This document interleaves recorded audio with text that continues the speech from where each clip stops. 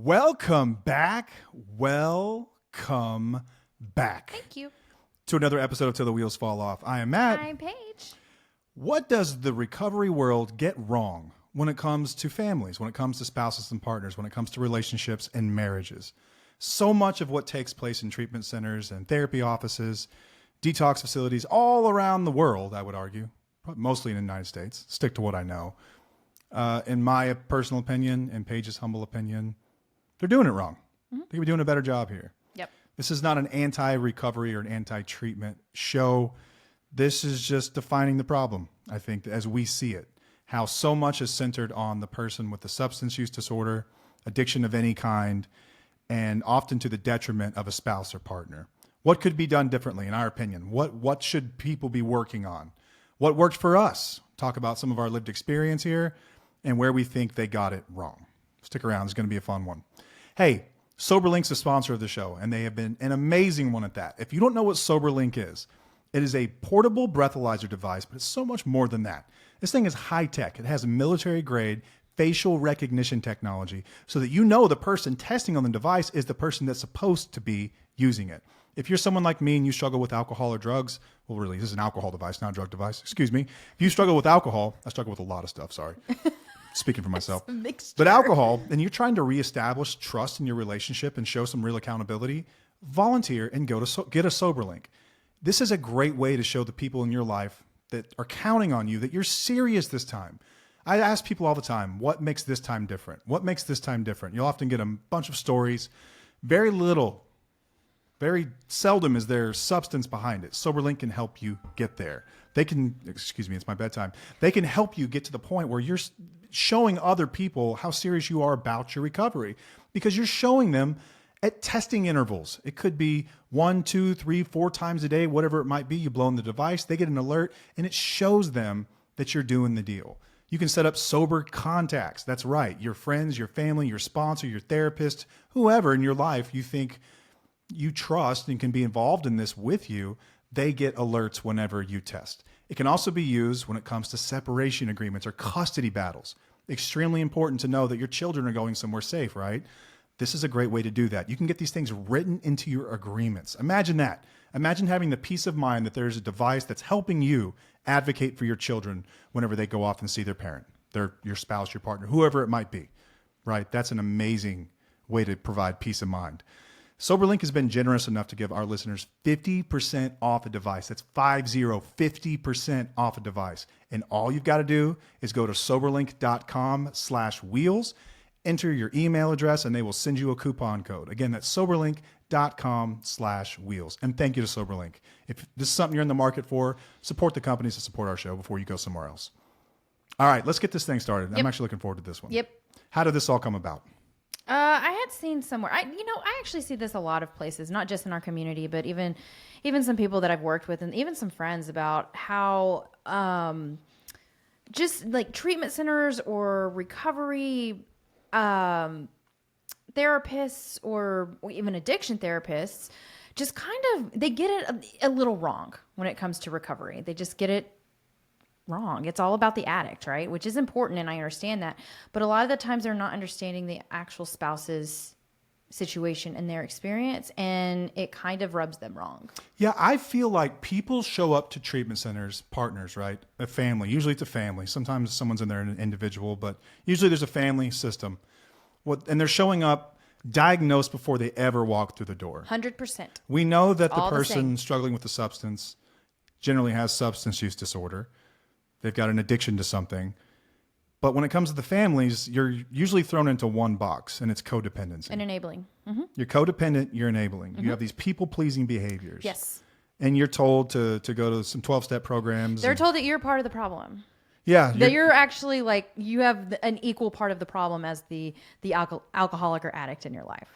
And that rubs spouses and family members wrong because they know deep down that they're like, no, this is not accurate. Like, yeah, I know I've got some issues. I know I've got some shit that I need to work on. But to actually put some of that blame or most of the blame on us is it's very harmful. It's actually harmful to us. Yeah, I just wonder where all of this came from. And this is my best guess at this, right, is Treatment centers, the industry is huge. Billions of dollars run through the treatment industry every single year. And like most industries, it's a results-driven business. And what are people after, right? If I had to ask people, I still volunteer at a treatment center, a big group. And if I had to ask the average patient, what do you want out of this? If it's a male patient I'm talking to, I want my wife back. I want my kids back. I want my house back. I want my job back. If I'm a treatment center and you're listening to your clients, your job then is to help them achieve that. Yeah. And it's not just, it's obviously they're saying, most of them anyway, I want to stop using this substance. This thing is ruining my life. It's running my life. I want to stop that. So like, great, we'll get you off the substance. We'll make all this stuff better. You'll be great when you leave here. We'll help you do that. Okay. In order to achieve that in 30 days with the family, it's just not going to happen. Oh, no. There's a long process of repair that takes place. Right. But they get people started usually with education for the families. Yes. And they run you through education. They run you through, some of it's biological, which is, I always loved those lectures. Those were actually fun. Yeah, it's interesting to understand how the brain works. With a and doctor, how the... Dr. Garrison, I believe is his name. And Yeah. he was the physician on staff, and he came and he talked about the biology of addiction and how it affects the brain, the different parts of the brain, and how your loved one's brain is different than that of a normal person. How things can change, Not right? even go down that road. Neuroplasticity. When we talk about the disease of addiction, it's oftentimes what they're talking about. Okay. It's not, and again, when we talk about addiction as a disease, I think people get it twisted a little bit when they think of like things we traditionally view as diseases, like leukemia or something, like cancer, for instance, which is chaos, right? Cells mutating randomly. It's chaos. It's out of control. Addiction, think of it as the brain like a snow-covered hill. And then you run a sled down that hill, and then you run it over and over and over and over. And this is sort of how addiction can rewire your desire center, the way that you respond, the way that we react. It's deep learning. It's habitual behavior over time and how it trains your brain to respond. And it is Based on choices that you made. Yeah, incredibly difficult to break. And they show loved ones this, right? Okay. And then you're told, essentially, forget it all. Because this person has a disease and you wouldn't treat a sick person that way. Right. So you just need to understand it more. And if you can understand it more, then you can forget it, not take it personally, move on, and begin to repair your marriage. Right. And then here, support the addicted person. Right. Support them. They're here. They're here to get help. So they need your support. They can't recover and they can't get sober unless they have your support, which we've talked about this before, that I know that it's easier if you do have support, but they're still invalidating the experience of the spouse and the partner and not giving them a voice to be heard, a space to be heard. They're not allowing them to say how they really feel. They're not allowing them to be angry, because they're saying if you're angry and if you're not forgiving, then you are going to harm their recovery. You are going to play a part in their relapse. And whatever else that might be. Yes. And I call BS on that. I don't think that's okay. So, and you're given very limited time usually. Oh, yeah. I think, so I was in treatment in a very large, well-known treatment center for 30 days. And I think that we only had 2 sessions together that I can remember. Was it about 2? Yeah. Sure. Let's say two sessions with the therapist. And then they had what was called the family education weekend, where It was a family education program. And you FEP. came in for like what, 6 hours a day or something? No, I don't believe it was that long. Maybe it was 4 hours. I don't know, but it was It was the last Saturday and Sunday I was there. That's right. It was that weekend. I forgot, but I did have to come every Sunday. I had to come to a class an hour before we had our meeting together. We would see each other. We had visitation. It was visitation, so I would bring our child. Non-conjugal visits, by the way. Yeah, no, we didn't get any of that. But that's okay. I was not thinking about Is that a We thing? had a Is that a 9-month-old. thing? Oh my God, I'm sure somebody makes that work. But so you would have to go to a meeting beforehand to kind of like prepare you. Honestly, I don't even remember what was discussed in those meetings. I was just sort of like, I'm like ready to see him. I don't a know. reminder about what we were going through. I don't and know. The changes we honestly, were trying to make. Matt, I have no idea what those meetings were about. It's been a while. I cannot even I could go through some of my paperwork, but I can't even tell you. I don't remember that shit at all.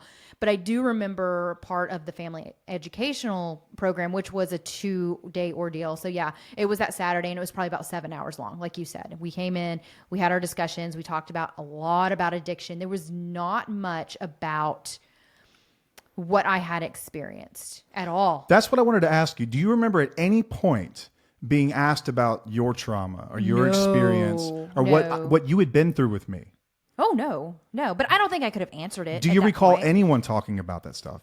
No, it was all about you. And it was also about like learning how to communicate better. And it was also about like, what do you feel like your life was before this? How do you feel like your life how do you want it to be? It was very generic. You had to know? write, if I remember correctly, have to talk you had about- to write a letter to the addiction itself. I don't remember doing that. You said that I Yeah, did that. I remember. Do I have that I remember letter? the letter because it was being Maybe read to I me. recently saw it. In And it was one of my emotional.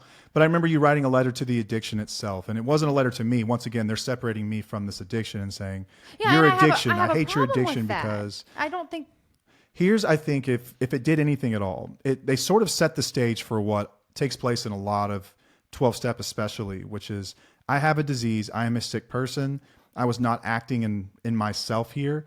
And those things that happened to you, those weren't really me. That was my disease. But it was reality. If you were to break it down, I'm sorry, that's reality. It was real. What you did was real. Disease or not, I don't care. The actions, the behaviors were there. We overcomplicate it by putting it like separating the two. I think that's actually more dangerous than to actually say, this is actually what you were dealing with. Let's see what we can do to move forward. What do you need in order to move forward? What do you need to make this change? Or what do you need to forgive? What do you need? But that's not what it was about. It's more about like, nope, you can't be mad. You can't be angry. You can't say anything about that because that was your addiction. And we're not going to sit here and say that everyone acts in their right mind when they're under the influence of substances. That's not what we're saying at all. I think what am I saying? I think what I'm saying is when it comes to the experience of a spouse, you were essentially gaslit that these things, maybe they happen to you, but you need to forget about those and you need to forgive as quickly as possible because we just told you what's going on with this person. Right. And if you can accept those things, then you can't also be mad about the things that you've been through, which is crazy considering what some people have been through, right? This isn't just someone who's drinking heavily in the evenings. This is someone who could have been physically abusive, verbally abusive. This is someone who could have been financially abusive. This is someone who could have committed multiple affairs. Right. This is someone who, you name it, right? Yeah. The full gamut of behaviors. But we look at them and we put them in a box called addiction, and it's untouchable. It's sealed and it's thrown out. And here's where I think that things get really screwed up is that spouses are thrown into this corner a lot, and you're forced to forgive before you're allowed to grieve. Yeah. And I think that's the damage. If we're talking about what's really going on, when you think about anytime you've been through something major in your life, I don't care if you've lost a job that you've held for a long time, if you've lost a relationship, if you've lost a loved one to death or disease, you are going to grieve. Absolutely. That is a normal part of our processing. It's part of how we make sense of reality when something's changed. Right. Spouses aren't allowed to grieve. Oh, no. You're not allowed to say you're not call it for what it is either. No. It's that I was abusive and I did some terrible things. And I'm told that I don't have to worry about that stuff either. Not really, because it was just the addiction, right? If it's just the addiction, if we can just blame the substance or just blame what's going on in my brain, then you can't be mad about it. I know that we talk about like, how Matt was an active addiction and how he was a different person, all this and that. But me in reality and the way that I think about those times, I didn't think of it as you being an active addiction. I just thought of you as that this was just your asshole time. Like this was just a time that you were not growing up, that you were staying, immature, and that you weren't doing the things that, a 25-year-old person should be doing. I don't look at it like I kind of look at it as separate lives, but I don't put it in the addiction box. Does that make sense? Yeah, it makes perfect sense to me. Because I don't feel like I needed to do that. I didn't want to do that. I didn't want to understand too much of what you were doing and why you were doing it. All I cared was that what you were doing was not okay. I think, and correct me if I'm wrong here, I don't mean to cut you off. No, you're but fine. Didn't you also care that I took accountability for those things? 100%. Didn't that matter? You have to. The thing is that people don't understand now. Like let's go back to forgiveness for a second. A lot of times people are like, all right, you just have to forgive for yourself, not for the other person or whatnot. You need to let go of all these things. What we know now and what we know more about things now is that we have, trauma, like complex trauma. Our bodies and our minds will not allow us to gaslight ourselves to forgive somebody when there is no accountability and the patterns still continue.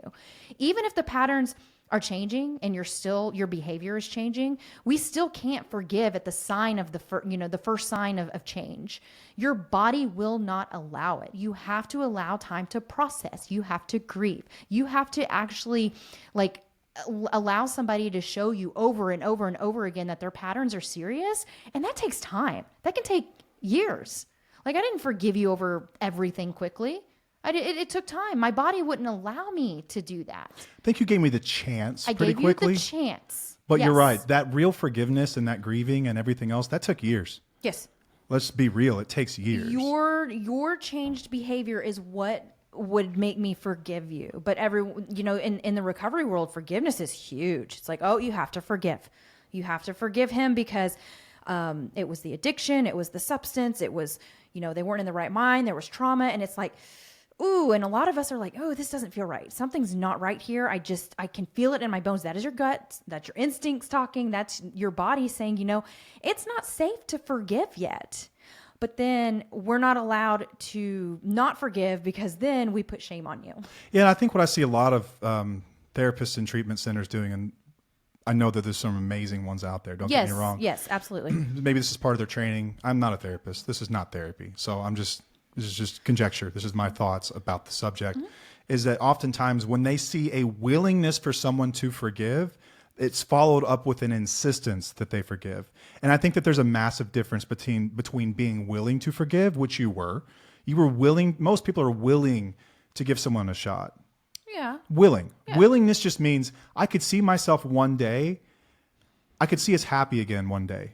But that's contingent on a lot of factors. That's contingent on me taking accountability, like full-blown accountability, ruthless. And not just talking. Right. Accountability it's not just acknowledging what I'd done verbally. No. It's acknowledging what I'd done and then changing my behaviors based on the acknowledgement and the full depth and processing of what I had done. That's accountability. And maybe I'm oversimplifying this, but in my little simple head, it works this way.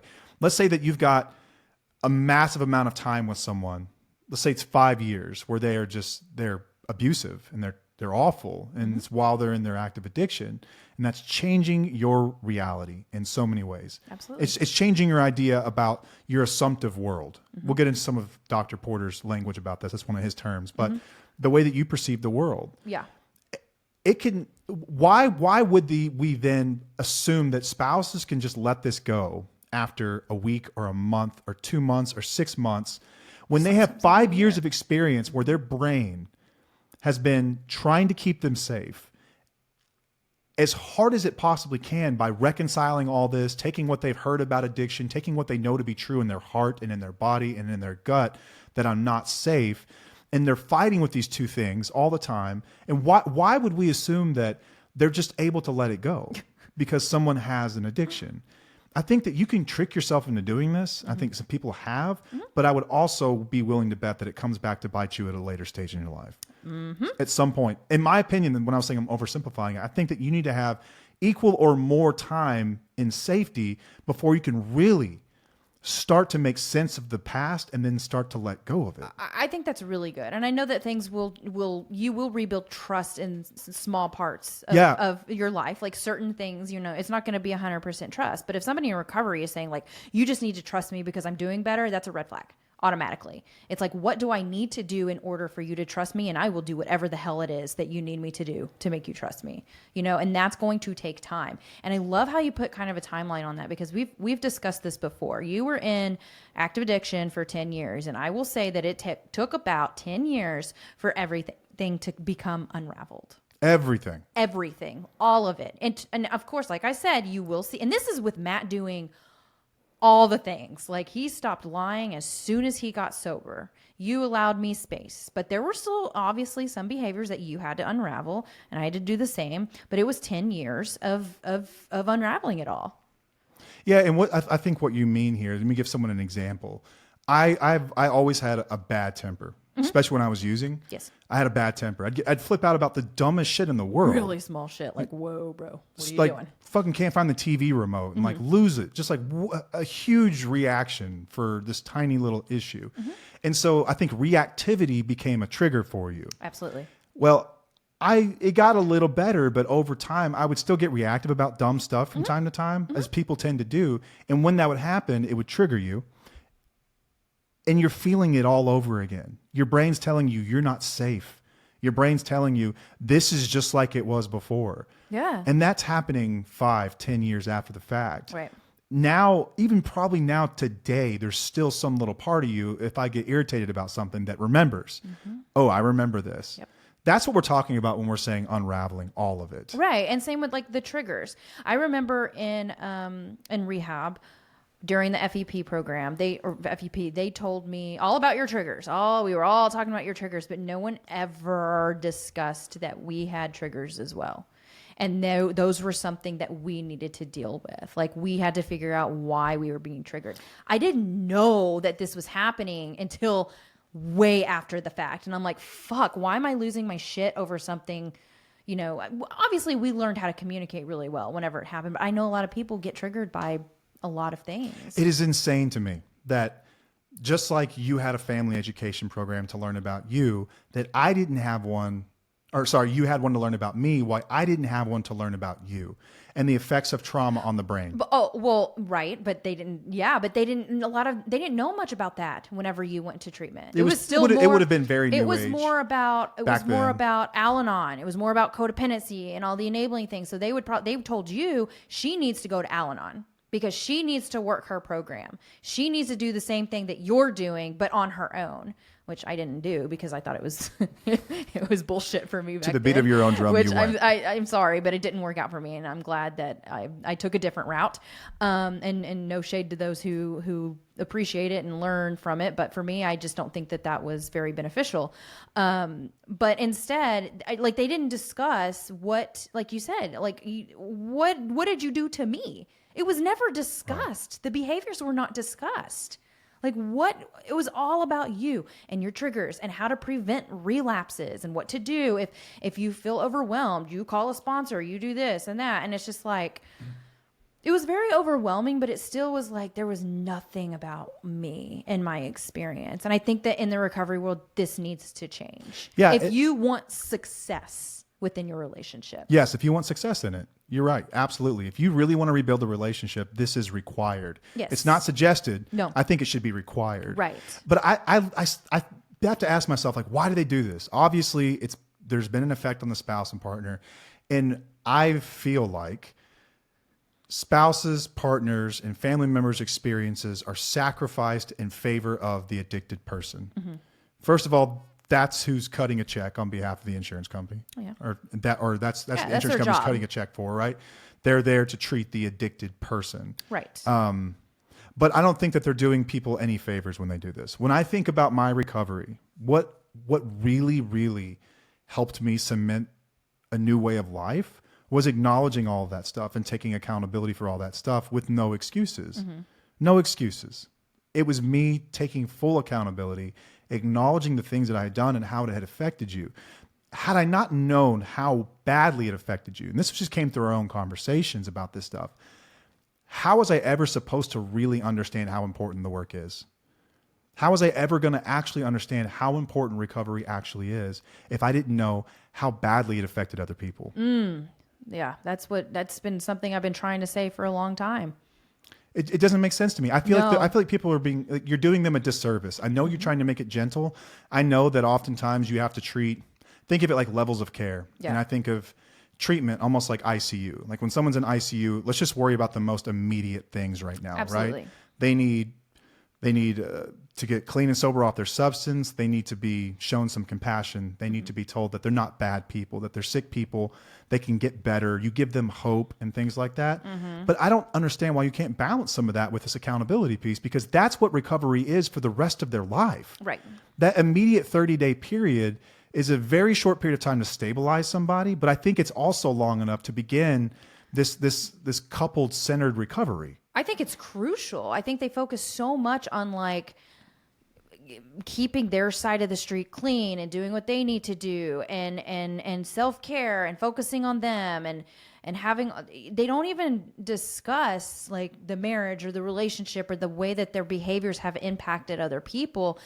And that needs to be discussed, even if it does bring on a little bit of shame. That's gonna, once they get out of rehab or get out of treatment and that stuff is not addressed, they're going to think that everything's just fine and honky-dory doo-doo, like honky-dory. Like, Yeah. let's just, like, this is great. I'm sober, so everything's cool. This is, I have to go do the steps and then I'll get to the amends and everything will be great. That's another thing, is that some people will just get to the amends step and they'll apologize for very surface level things, because a lot of the times you don't even know what you did back. Like, you need to do living amends, like, for the rest of your life.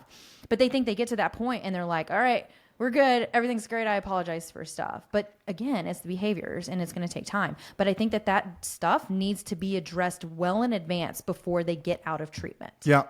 And then if you're talking about people that would go out and traditionally work sort of a 12-step program, which is very popular, but not everyone's doing that. Nope. I know probably many more people that get out and don't do any sort of traditional program, whether that's cognitive behavioral therapy, like a smart recovery type program, or any kind of just community therapy, like not therapy, but community support, like Life Ring or something like that. A lot of people are just going out with their own assumptions about what they heard from their therapist in the addiction treatment center, which is an advocate for one person generally. Yes. And that's the addicted person. Yes. They're going to make things simple on you. They're going to make things gentle. That's not real life, if we're just being honest about it. That's not the way that it works. That's not how you build relationships and you rebuild trust, is by everything just being super gentle and kind all the time. Yeah. It requires walking through some pain. It requires acknowledging some things that we're not proud of so that we don't repeat them. It's supposed to hurt, so you remember it, so you don't do it again. Yeah. That's my take on it. And I don't think that's masochistic. I don't think that's ugly or mean or anything else. I know some people may think it sounds that way, but I think it was a really important part of my healing and your healing. Yeah. I don't think that you ever wanted to see me hurt or feel terrible for the things I done and beat myself up forever about them. But I think you could sit here right now and say that you're glad that I acknowledged how badly I'd hurt you. And I am glad that I acknowledged how badly I hurt you, because it reminds me not to do that shit anymore. Exactly. It's a form of accountability, so you don't go back and do it. Like, we see comments all the time when people mention how, addiction is just, I'm just hurting myself. I'm not hurting anyone else around me. I'm not doing anything wrong. And I'm like, that's the biggest lie that you can sit there and tell yourself. And I don't know if treatment centers or rehab facilities or therapists are telling people that. I'm hoping they're not. I've never heard that. I've heard a lot of things. I haven't heard that. I'm hoping, but when people are in active addiction, they will say these things like, I'm just hurting myself. I'm not hurting anybody else. That's a lie you can tell yourself. That's a complete bullshit. It is bullshit. If you are an addict, if you are using, if you are, you're hurting people. If you are, you're probably lying. You might be dismissing people. You're neglecting them. You are not taking accountability. Like, just be real. You are harming people, and that's not discussed, and it needs to be discussed, and it needs to be normalized in discussions with people. Yeah. So we had Dr. Jake Porter on an episode. He's been by far my favorite guest that we've ever had. Yes. And amazing. If you haven't checked out the episode, go check it out. He's also got some amazing content, which I will try to remember to link in this episode description as well. He did a talk at the University of Portland several years ago. He's lost a lot of weight since then. He looked great. He looks great now. Yeah. I didn't realize that he was a heavy guy at one time. Yeah. He looks great. But he did this talk about what healing requires. Okay. And he says that number one, it's safety and stabilization. So you cannot heal in a war zone. No. I would argue those early days or even in treatment is a war zone. Like, no one's healing in the war zone. Like, you can't grieve in a war zone. And you also can't heal whenever somebody's in active addiction. We've talked about this. It's like, if you're still going to be traumatized over and over again, even though you try to shift your mindset all the time. It just doesn't work that way. That's why CPTSD is a big deal in these relationships. He also talks about having full disclosure. He recommends, obviously, professionally guided with a therapist or a counselor. Right. But full disclosure, we're going to talk about everything so that your brain can start to rewrite the story of your life. Yeah, because you have to understand that when there's full disclosure and they're telling you everything that happened, you are going to be angry, and you're going to question your reality, and you're going to question yourself. You're going to question who you are, because then you realize what happened in the past is not what you really thought was happening. Exactly. Dr. Porter in this talk, he talks about what he calls the your assumptive world. Yes. And I love how he defines it. Or assumptive reality. He said both. Your assumptive reality, your assumptive world it's your internal map. We all have experiences throughout our life, and it sort of creates a roadmap. It's how we interpret our own life, our own world based on our five senses and our experiences with someone else. It's your belief system about what's real, who you trust, and what your life story means. Betrayal, and this includes addiction, hidden addictions especially, blows that world up. Yep. Here's where I think we could run into danger of skipping grief, anger, injustice in favor of healing, like spouses are insisted to do, is that you never allow this process to really happen. You never allow the brain to say, I was wrong about this. It's going to happen one way or another. Yeah, right? it will. It'll come you're, out eventually. You're sort of delaying it. You're delaying the brain says, if I was wrong about this, then what else could I have been wrong about? Yeah. And that's the natural assumption that the brain would make. Your brain's job is to keep you safe. Yep. That's what it's for. Yep. It is protect you, To keep pick you up alive, patterns to keep you keep you safe. safe. Yes. Keep you alive, keep you safe. Yes. So it's not just you don't just lose your relationship. You lose your sense of trust, your sense of memory, your sense of self. Mm-hmm. And that's why it's not just heartbreak. And so many people describe this feeling that they get whenever they go through this with someone. It's not regular old heartache. It's not regular old, he lied to me. It is the death of your identity. It's the death of the relationship's identity. It's the death of your partner's identity. Mm-hmm. So much of the stuff that takes place, this is required to heal. You have to go through this to heal. Yeah. You can't just pretend it doesn't exist, Right. which I think is where the treatment world really fucks this up. Yeah, I agree. They just don't worry about it. Remember that thing we said about the disease? You gotta let it go. Right. Just right. forget it's about like that's they didn't know what they were doing at that point. It didn't mean anything. Don't take it personally. He said he was sorry. What do you want? Or he's here to get help. He's here to stay sober. So what else do you want? That's what you asked for, right? Yeah, that's basically it. So he talks about full disclosure, and then he says values-based boundaries. Here's the thing I have. Hold on, but let's go back to full disclosure Okay. for a second. I know that like with us, we didn't know everything that happened. I know that you were honest with me about a lot of the things that you did once you got out, and you did discuss some of the things that you had done where you had lied or whatnot. But then I do think there were some things that happened that we didn't really know until later on. And then you'd have to like fully disclose it Examples? somehow. I don't know. I can't think of something off the top of my head. I'll just make an assumption here, and my guess it's things like, hey, remember that Easter when I was late and I said I was at the office? Well, I was actually picking up drugs. Yeah. Or someone it's probably like that. we never had infidelity or anything, but for people who've also been through that, they're also rewriting that part of their memory. I was actually with her. When I was on my phone, I said I was talking to my boss. When I told you that I was busy, staying late at work, I was Yes. actually doing this. And it's like, fuck, like your whole world, like you have to grieve that. You have to grieve that whole situation. Yeah, and until you get all the files that you can start to make sense of, and then when I say the files, I mean the truth, until you get the real truth about all this. And this is about accountability once again. Yep. This is about what I wish I would have known day one to repair this marriage, to repair this relationship that I didn't know, that I assumed. What if they make the excuse of, well, I was completely blitzed and I don't even remember what happened that night? Some people may have said that and been honest about it. Mm-hmm. I've been blackout before and I don't remember anything. I know I've never slept with anybody else or done anything like that, but I'm sure it's happened. I would then say, well, you are an adult and you make decisions every single day about the stuff that you're putting in your body. And if that is a possible consequence, to me, that's a form of betrayal. If you're willing to put yourself in that situation. Absolutely. Yeah. Okay. You know what I mean?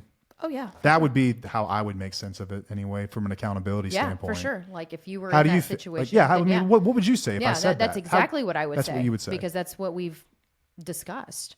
Yeah, but the brain cannot move on if it keeps getting hit with new trauma. No, it cannot. It can't. No. And that starts with, first, we talked about, safety and stabilization, and then the full disclosure piece. And he goes on to talk about reparative attachment, value-based boundaries. This is essentially what we do in our course. Take a moment just to plug our course for a second. We have a course called Independently Strong. Independently Strong is a course purpose-built for spouses and partners of people who struggle with substance use disorder. It was partly our own personal experience. It was partly us recognizing that the treatment industry does not do enough for spouses and partners. And so we got with Dr. Christopher Taylor, renowned counselor here in the state of Texas, and we built a course called Independently Strong. Independently Strong helps you find yourself again. It talks about a lot of this stuff that we're discussing in this episode. Talks very little about addiction. I've got one module in there where I kind of give you the rundown on it, but for the most part, it's Paige and Dr. Taylor leading the way, talking about things like betrayal, talking about things like healing, talking about self-care, the importance of establishing boundaries in your values and your identity. We're not talking about betrayal from infidelity. We're talking about betrayal in general. Whenever you're lied to, that's betrayal. A lot of people don't understand that. They think that it's just the infidelity. And that's not accurate. Betrayal trauma is from being betrayed, like when somebody lies to you over and over again. Yeah. Anytime someone that you rely on for protection, emotional connection, safety becomes a source of harm through either addiction, anything hidden, lying, right? You are going to experience betrayal trauma. Yes. So we talk about that. We talk about trauma bonds, healthy relationship dynamics, what they look like. Communication. So that we run you through everything that we experienced that helped us. That's what we do in the course. And what it does at the end of it, it helps you find yourself again. It's a great course. It's a great program, y'all. Gives you some firm footing on which you can make decisions. Our goal is not to help anyone leave a relationship. Our goal is to not insist people stay together. Our goal is to give people tools to make that decision for themselves, because generally what we find is people who are just lost. Yep. Because you've been through the ringer. We'll help you find your voice again. You're hearing all kinds of stuff and you don't know what to do next. Independently Strong helps people get to that point where they know what their next steps are. You can get 75% off of it, as always, using the code WHEELIES75 at checkout. Either at tufo.com or independentlystrong.com. Yep. And you can also check out, we got merch on that website. We got a newsletter that comes out every week. Yeah. We got Recovery newsletter. Rocks. We got hey, if you're a listener, you should know about our free Facebook community. Mm-hmm. We want listeners in there. Yes. And there are member-led calls that go on throughout the week within the community on Facebook. Yeah. So if you want to connect with other people that are going through this, people that really get it, check out one of those calls. Great. They're amazing. Amazing. Okay. Where were we? I don't know. I think we were just talking about the danger in skipping this grief. Oh yeah, you were talking about Dr. Porter's phase. like the different steps, the things that you need to go through in order to heal. Yeah, and the reason is because the brain is literally affected by betrayal trauma. Yes. When you find out about someone's secret dealings and it breaks the story of your life and the narrative that you've constructed for yourself, it literally affects your brain. Yes. It affects a part of your brain called the corpus callosum. That's a fun one to say. Corpus callosum? Yeah. It's when trauma hits, so that's the part of your brain that connects the right hemisphere and the left hemisphere. Okay. And so the left side of your brain is responsible for logic, and the right side of your brain is responsible for emotions and memory. And when they're not syncing, you're not just remembering stuff, you're reliving it. These parts are not talking. So imagine if you just have your logic's talking over here without any color or anything else, it's rather disturbing. And so this physically happens to the brain when you've been through something traumatic like this. Yeah. The amygdala, which is the part of your brain it's the fight or flight part of the brain that detects threats. It is haywire. It turns it into like an overactive of alarm. This is like where triggers and things like that come from. Okay. Like it's involuntary. It just happens whenever something pops up. Yeah. So you start to respond to everything, even if it's not dangerous. This is when all times people who are in addiction recovery will be like, she's crazy, or she's reactive. Well, her amygdala is struggling right now to regain some sense of itself, so she knows what safety is and what it's not anymore. There's a reason for it. Just like your brain's been affected, so have your loved ones, right? This needs to be in every single treatment center in the country. You're not overreacting. Your body's just overprotecting because it's been through a hell of a lot. Yep. The hippocampus that stores memories and stores sequence to make meaning. This is your filing cabinet. Okay. Is every file's been thrown out. You cannot organize these things. Betrayal trauma dumps everything out, and it adds new painful files with no context whatsoever, because you can't make sense of it. You can't place in your brain the story of your relationship or your partner or your life. We don't realize it, but each of us has a narrative about our relationship. And you may not even realize it, but you do. Mm-hmm. You've got a narrative. Imagine it is completely blown up. Yeah. People who've been through addiction like this understand what that's like. Yeah, it'll fuck you up. Completely, right? This stuff is happening in the brain. Yeah. Here's what we're told. You're codependent. You're just codependent. Yeah, you're enabling. You're asking for too much. You're too controlling. You react too much. You have too much anger. What else do I have? What else is there? Those are a lot of people-pleasing behaviors, lack of boundaries. Oh, lack of boundaries, like all these things. It's like, yeah. Whenever we're literally just trying to survive and we've been traumatized in a relationship by our most intimate partner, who's supposed to be our safety person. Yet you're telling us that we're part of, like, we're part of the problem. I remember talking to somebody who did work at a treatment facility. This happened last year. I was speaking with them, and she was blaming the family members for somebody's at the conference. Yes, for That's somebody's right. addiction. I was red in the face, and I wish I would have handled it differently, because I felt like she was completely misunderstanding a lot of things. Like I believe that she was an addiction therapist. Let me Like, give she her was- the benefit of the doubt for just a minute, and let's just play devil's advocate. Okay. Do you think what she could have meant is unhealthy relationship dynamics in that home No. could have made things more stressful, Nope. triggering? No. That's not what she meant. No, it was like, I trust you. It was, she mentioned something about, this person had loaned the addict some money and he spent it on drugs or whatnot. But the person thought that it was being spent on on rent something or else something or like that. rent. And she was like basically belittling the person who gave them the money, saying that, well, what do you think he was going to use it for? And da-da-da. It's like, you don't understand what addicts fucking do to people. I'm sorry, I'm going to go on a little rant for just a moment, but they're really good at what they do, and they will put you in a position that will make you feel crazy. And if that person is lying and manipulating, and it's like a child who begs for something over and over and over again, and you're just like, fuck it, here, take it. I can't say no because you won't let me say no. People don't understand that. That's why it's difficult to have boundaries in these situations. So they put it all on the person who is enabling, when it's actually the other person who is manipulating to make the person enable. Boom. I think that's the best way I've ever put it. It is. Without a doubt, it is. I've been trying to articulate that for a while, but did that make sense? Yeah, something else about some of these people that work in treatment centers. A lot of them are in recovery themselves, Yes. and they're trying to give back, and it's part of their recovery. It's Yes. part of their way to further the recovery mission. I think it's very good work that a lot of these people do. Yes. But you have to also consider this. These people have only usually, anyway, in my experience, seen one side of the fence. Mm-hmm. They're surrounded by people who are in addiction. Yes. They are addicts themselves.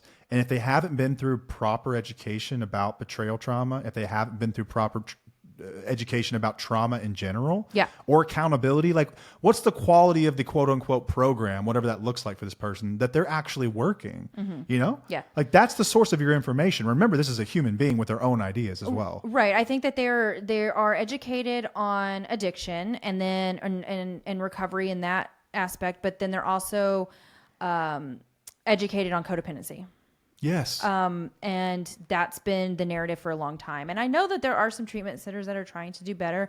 We've seen somebody or some people mention in our comment section on IG on how they're actually trying to change the term and not utilize the word codependency in recovery anymore, because these people are traumatized. It is not the codependency narrative that we need to be putting out there, because it's not healing. It's actually harming people. And that made my heart just like, I wanted to cry whenever I read stuff like that, because I'm like, oh my God, like people are actually making changes in the recovery world. But I've also seen a lot of the recovery centers still go down that old route of, here, you need to read this book. You need to look at addiction education. You need to look at codependency. You need to look at your enabling behaviors and all this stuff. They hand them these pamphlets and tell them to go on their way and go to meetings. And they're not gonna. People are like, "This is not This is not right. This doesn't feel right. Something is not right about this." And I don't know what to do now. Like, where do I go? Where do I turn to? Because this is an actual facility that's telling me that I need to do these things, but they don't. It doesn't A clinical sit right facility. with me. Right. This is a clinical facility, right? Yes. We know that addiction has clinical basis. Yes. We know that it has pathological basis. Right. Codependency does not. No, it does not. You will not find it in the DSM. It is not a recognized disorder. It is not a disease, regardless of what some programs or books call it. It is not a freaking disease. No. It is a colloquial term given to a certain set of relational patterns Yes. that are rather generic. Oh, yeah. And if you really Pages and look pages through of them, it. there's, Everybody has it. to some degree, for better or worse, Right. we've all got some of this stuff in us. Yeah. But it's misused and it's weaponized and it's used as a way to sort of tamper your anger because, honey, you're responsible too. And you're like, and they're like, you're a harmed person. You are open to hear. You're like, am I? Yeah. Whoa. Okay. Well, I can't be mad at you if I'm responsible for it as well. And it's not to say two people can make a mess, right? I get it. I know that two people can make a bigger mess than just one person can. I know that sometimes there are patterns that play in and make things worse. Don't get me wrong. But when they say you're just codependent, I think what it's probably feels like, you tell me if I'm wrong, is that your pain is the problem. Your pain's the problem. Right. Yeah. Right. Like your anger is the problem. The way that you want more from somebody is a problem, which this is your partner, your life partner. Yes, I want more from you. God for fucking bid. I would like you to be an equal partner and, love me and care about me and not lie to me, Sorry. It's the least I could do, right? Yeah, seriously, seriously. And I mean, we talk about codependency a little bit within our program. It's a little bit different than what you might see out there. We talk about what the behaviors that are caused from the addict. It's not necessarily something that we were born with. Sometimes it could be from childhood trauma, not always. Could be from childhood attachment, a million things. All that. We don't go that route because that's not our experience. But Nor a are we lot of the therapists. times what we've said is that the addict has the bigger part in it. Here's the way I see it. That's just how it is. And it was actually simple for me to see it this way. When I started day one, I looked at everything and I could see the 30,000 foot picture pretty clear. I'm like, to the degree that we have problems in this relationship, I'm responsible for about 100% of them. That's the way I saw it. Right. Like really, I was Right. like, I think about all the things that I could have said at the time that I had a problem with you. It's the way that she reacts. Okay, let's walk that back. Why does she react that way? Because I lie? Because I deceive? Because I manipulate? Right. Because I back her into corners? Because we've just done all this discussion about everything we just talked about, how her brain's been affected. And for me, that was actually good news. Not good news that I'd hurt you. God, don't get me wrong. No, but good news that you could change. That's it. That you could take accountability and work on Here's the way I yourself. saw it was that if it's 100% my fault, then I'm 100% responsible for fixing it. That's the greatest news I've ever heard in my life. Right. Is that I can actually have an effect on your recovery. The same way you did mine, by being supportive, by having patience, by reminding me when I was doing the right thing and thanking me. And you were doing all the things that you should have been doing. Like you checked all of the boxes. You did not blame me. You came out a different person and you kept changing every day and proving to yourself and to me that you wanted this. And I let you, I did have that patience because I recognized that. And I had a little bit of, I still had a little bit more trust in me.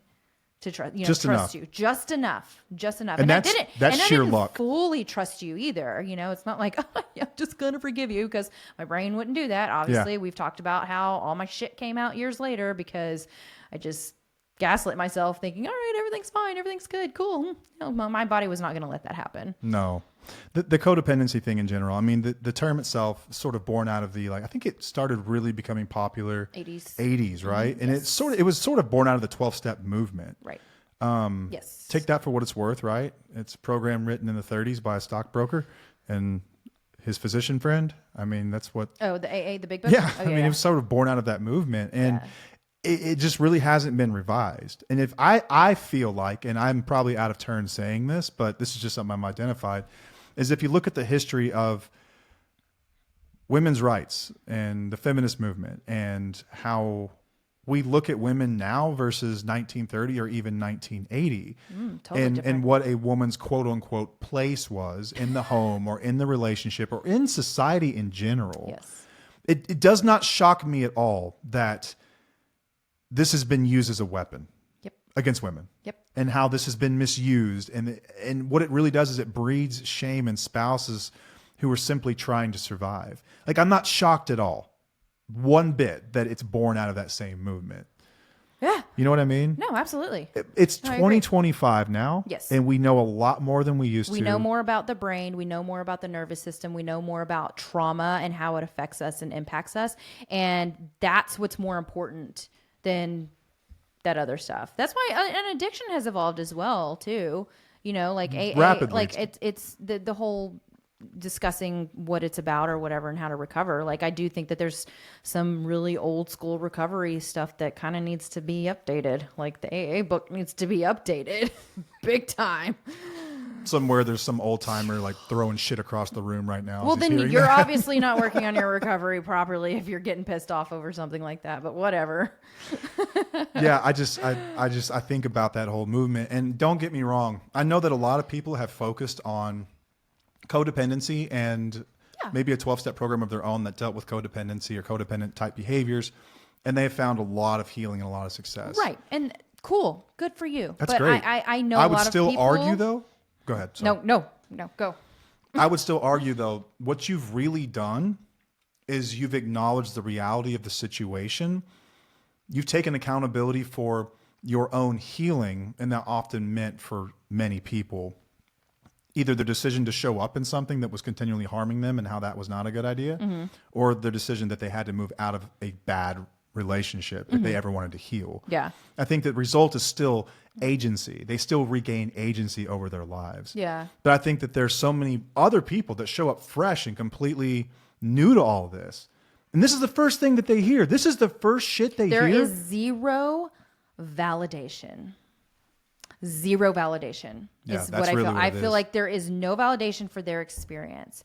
There's no education on their experience. There's only education on the addict's behalf and what they've gone through. But what about you and your experience? There's very little empowerment because they don't. It's always. You can't leave because then they might relapse. Like, they're putting that shit on you. And I'm going to sit here and tell you that you can do whatever the hell you want. It doesn't matter. They're going to do what they want. You don't have to sit around and wait for all whatever you need them to do to make sure that they do what they do. You need to do whatever protects you and your children. But it's more about like, okay, you need your own recovery to heal from your codependency. And it's so much deeper than that. There's so much more to this than that. And it starts with being validated.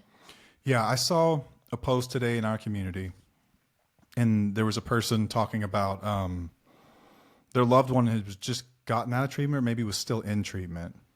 And they were basically told they needed to learn more about addiction to understand it better.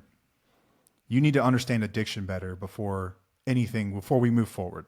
You need to understand it. Like, you can't get mad at me. You can't set these boundaries because you don't understand addiction. And the therapist, and that's this where they're guy's confused therapist, too, because they're like, you need to set boundaries, yet you can't set boundaries because you need to understand addiction. So it just gets fucking confusing. Anyway, keep going. this person's therapist had essentially cautioned against setting boundaries that were too firm in fear that it could cause this person to relapse. And they were more or less guilting her for her pain and what she was feeling and the way that she was trying to protect herself. I have such a problem with that. I do too. I think that's absolutely insane. I don't think they're doing that guy any favors. I'm assuming he's a guy. I shouldn't, but this person, right? I'll just say person, whoever this person was. They're not doing them any favors. They're enabling and softening and saying that, oh, you poor baby, you know, everyone needs to just be quiet and let you do what you need to do to get through, and still dismissing somebody else's experience. It is just such a flawed idea to place education over boundaries. In that instance, it's as if intellectualizing addiction makes betrayal less painful or something. Like, it's not true. Intellectualizing something doesn't make it less painful. Maybe it helps you understand the why, knowing why someone did something, but it doesn't fix the what. I think that it helps you understand that it's not necessarily personal, even though I think that how anybody treats you is personal. But it does kind of take away that, like, why can't you just do better? Why do you have to do this to me? Why do you love alcohol more than me? Like, right. It takes away that. Sure. right? And it takes Like, why do you keep choosing alcohol over me? right? Like, and I understand that to a certain extent. To me, I still feel like you're overcomplicating it, and we need to simplify it even more. And how, like, doesn't matter, addiction or not, how are you being treated? It's that simple. Yeah. Addiction or not. Like, you don't overcomplicate it by trying to understand it. But I do feel like a lot of therapists and a lot of addiction therapists do go down this route of like, you just need to understand addiction more. I know people who understand addiction too much, and it has kept them in situations that are very dangerous because they understand it way too much. You've got to find that line. Like, we don't talk about, if you go to our website and you look at the book recommendations that we have, there's very little on addiction. Like, there's a couple. I think I've got Addictive Thinking. You do, and I've that got one's Biology decent. of Desire. I think Addictive Thinking, in my opinion anyway, is probably the best short read that you can take to understand addiction. Yeah. Tversky, it's great. Yeah. I mean, I have some, I could nitpick it, but I'm not going to do that.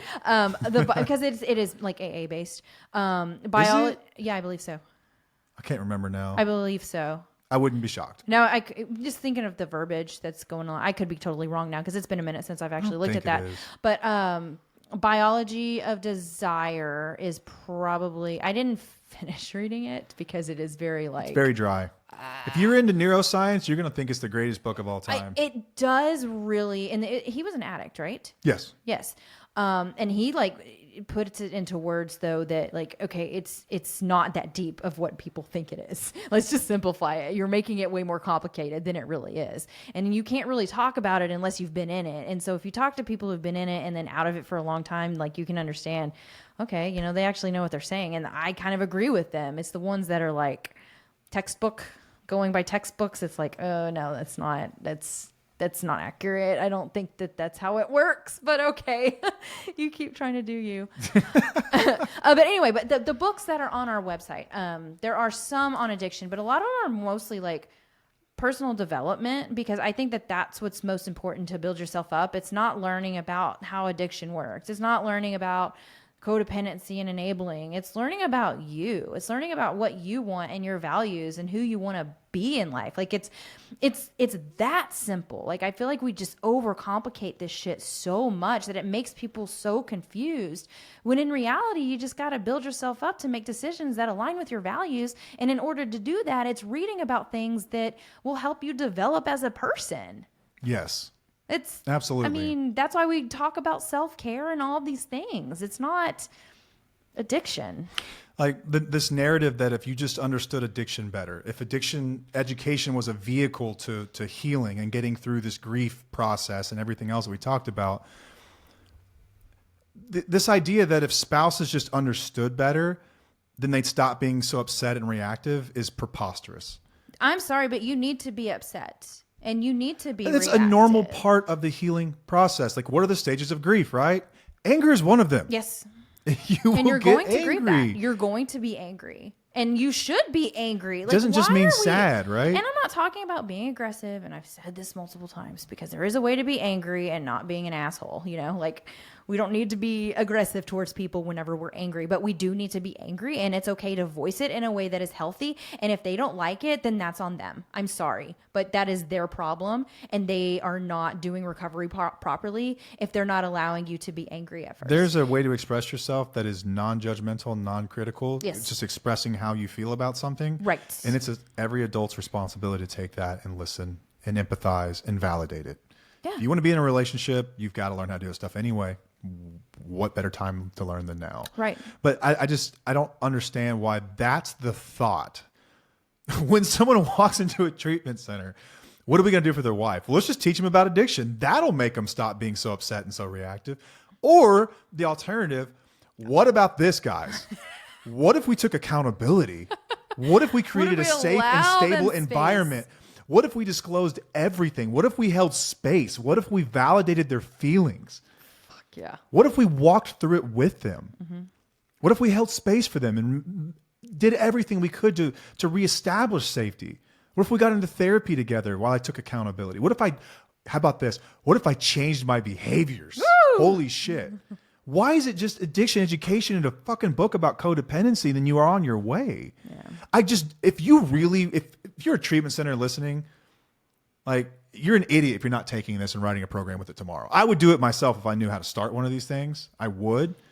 We've actually program. talked. We have a program. Like, yeah, we can help you with that. And it doesn't just help the partner. Sometimes it helps the person written partially by me, an addicted person. Yeah, it can help both parties. It can help. It can go with, if you're still in the relationship, if you're out of the relationship, whatever. It still helps you, and it helps the addict, take accountability and hold space for somebody. Yeah. Like, it's not that difficult to hold space, but everyone gets so damn defensive when you start talking about things that have happened.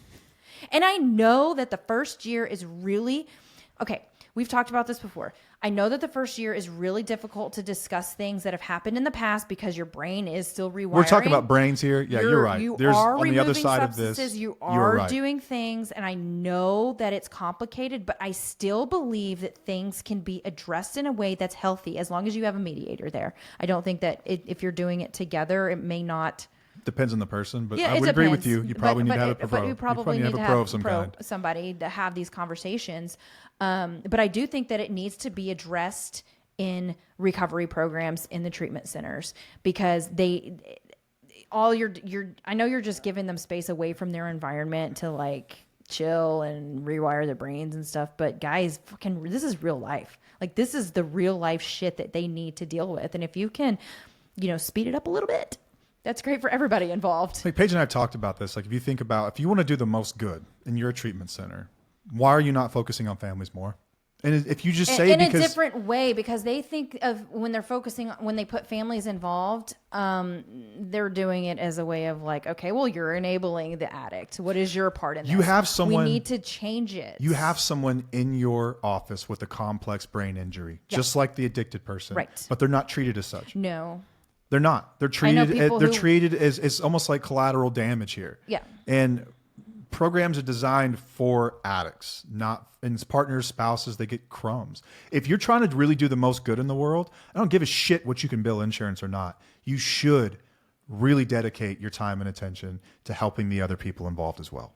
Yeah. If your goal is to better families, if your goal is to better people, married or not, when they leave there, you should be focusing on partners and spouses just as much as you should guys like me. Yeah. And if you guys want, some input, you can email us at info@twofocoppel.com if you're a treatment center. Yeah.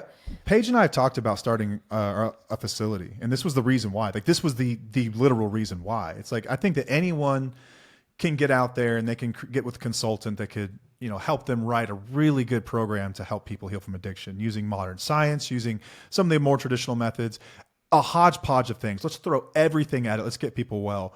But on top of that, having a world-class program for spouses, partners, and families would be the biggest game changer in the world. Absolutely. I just don't understand why they're not treated as people who've been through a hell of a lot. Right. It's insane to me.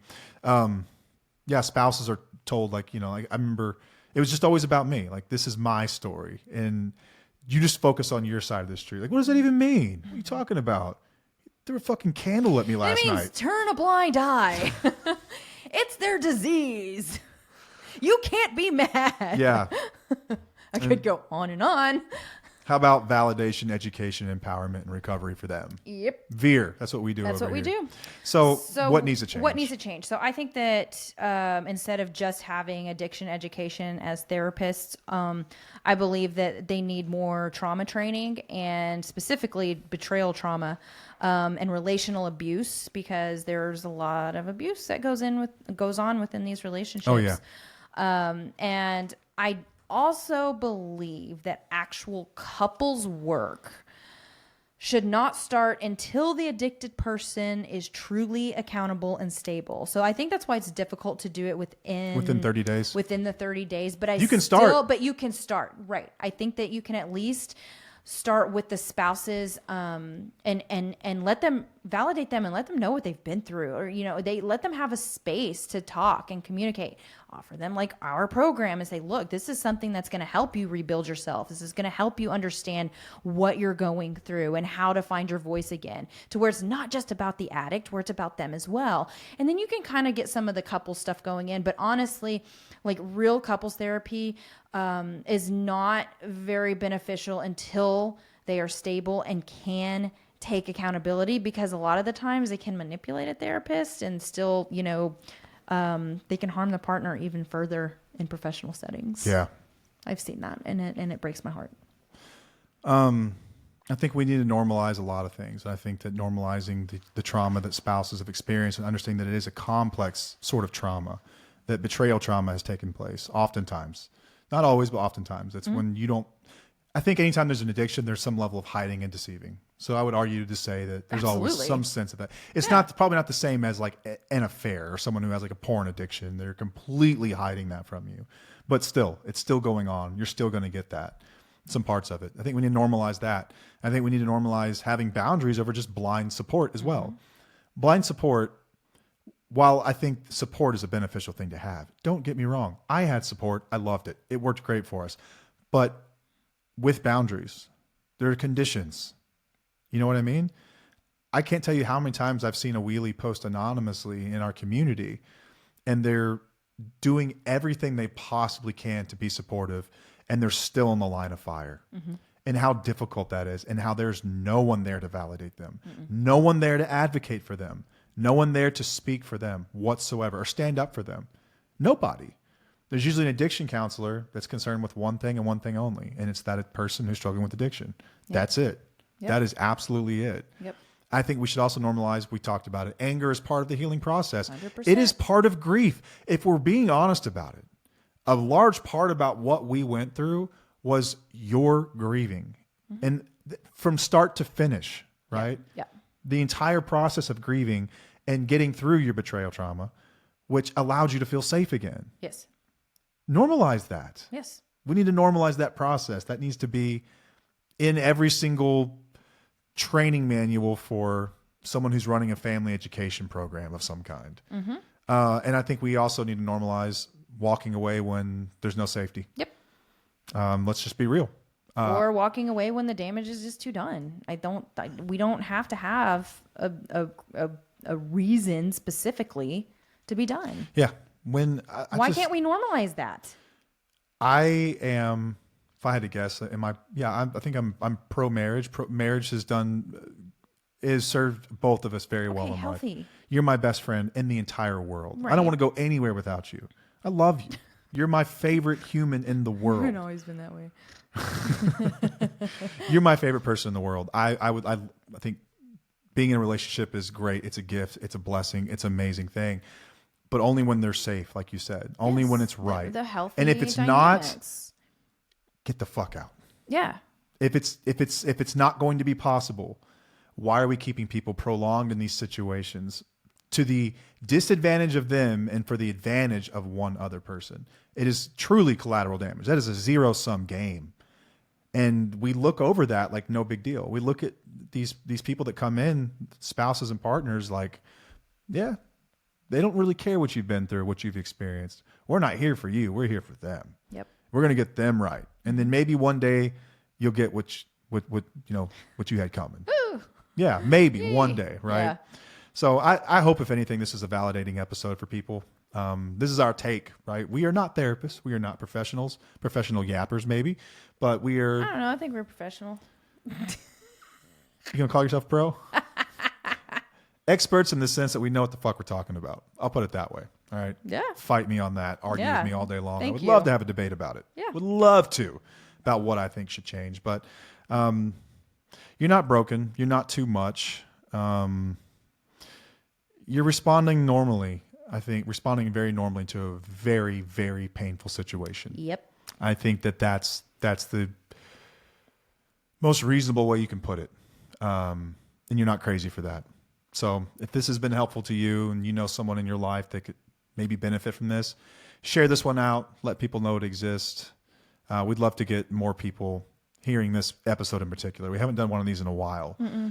Sort of a rant episode, but I hope it's been helpful for people. I really do. I think that's it. It's been fun. It is late at night and we waited to the last minute to get this one done. So I've got to edit and get this thing out to you guys so it hits your ears tomorrow. So In an hour. thank you for joining us. Till next time, I am Matt. I am Paige. And we'll see y'all. Bye.